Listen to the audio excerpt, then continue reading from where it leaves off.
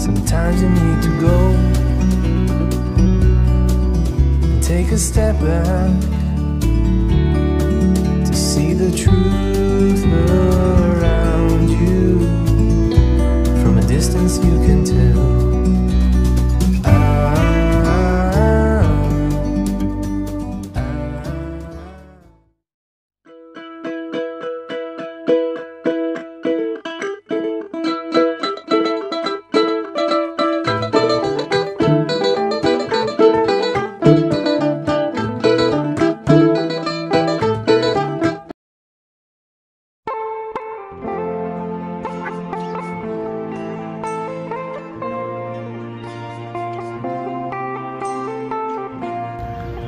Oke teman-teman, sebelumnya saya mau mengucapkan salam tabe selamat, lingun alatai, salam sujud, kerendeng malempang, adil katalino, bucuramin keseruga, besengat kajubata, arus.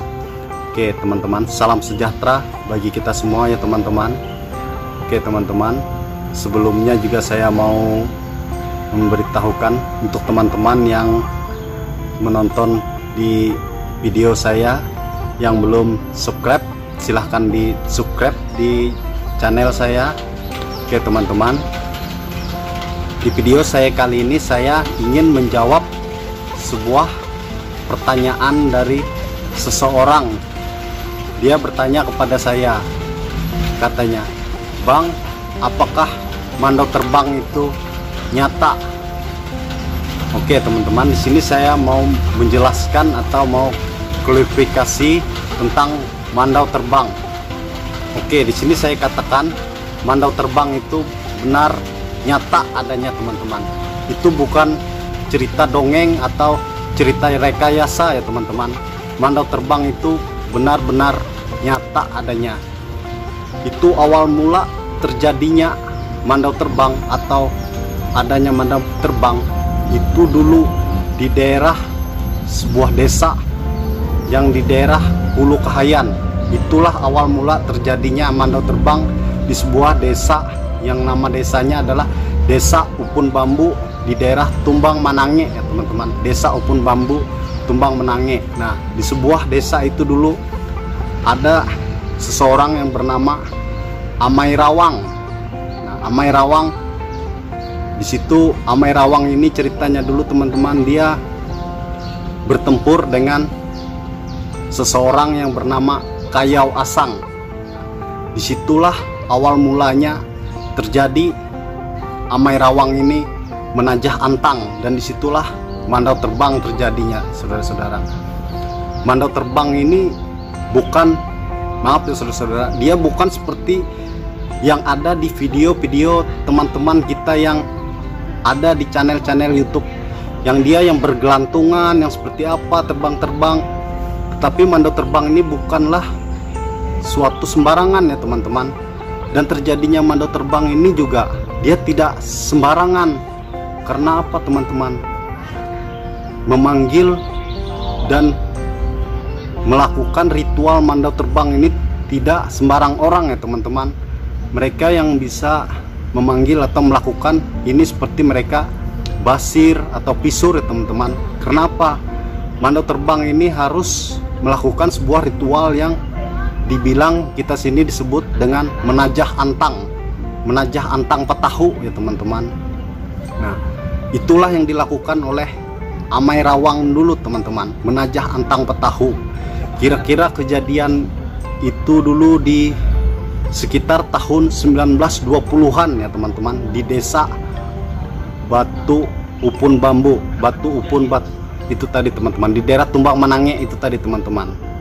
Nah, sekitar 1920 ya, tahun 1920 itulah awal mula terjadinya mandau terbang ya teman-teman. Disitulah Amai Rawang melakukan menajah antang. Menajah antang ini adalah memanggil roh-roh nenek leluhur atau yang kita sebut di sini dengan antang petahu ya teman-teman.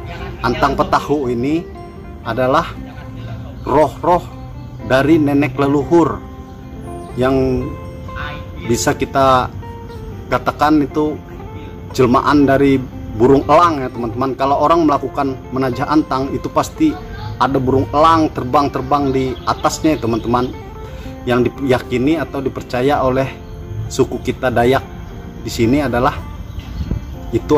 roh-roh dari nenek leluhur kita dulu ya teman-teman. Nah, itu dia teman-teman. Jadi yang bekerja atau yang berperang di dalam Mandau itu tadi bukanlah manusia lagi teman-teman, tetapi itu adalah roh-roh dari nenek leluhur kita tadi yang memegang Mandau tadi atau merasuki Mandau tadi. Itulah yang terjadinya Mandau terbang ya teman-teman. Jadi kita tidak berperang teman-teman, yang berperang itu tadi bukanlah kita, tapi itu adalah roh-roh dari leluhur tadi teman-teman. Antang petahu tadi, yang dikatakan antang petahu tadi teman-teman. Antang petahu itu ya bisa dikatakan roh-roh dari nenek leluhur kita tadi teman-teman, yang dipanggil dengan cara ritual-ritual tertentu ya teman-teman, bukan dengan dibaca-baca lalu mandaunya bergelantungan, bukan seperti itu ya teman-teman. Dan juga mandau terbang ini dilakukan tidak dengan sembarangan. Kenapa? Dia bisa dilakukan kalau dalam keadaan genting teman-teman.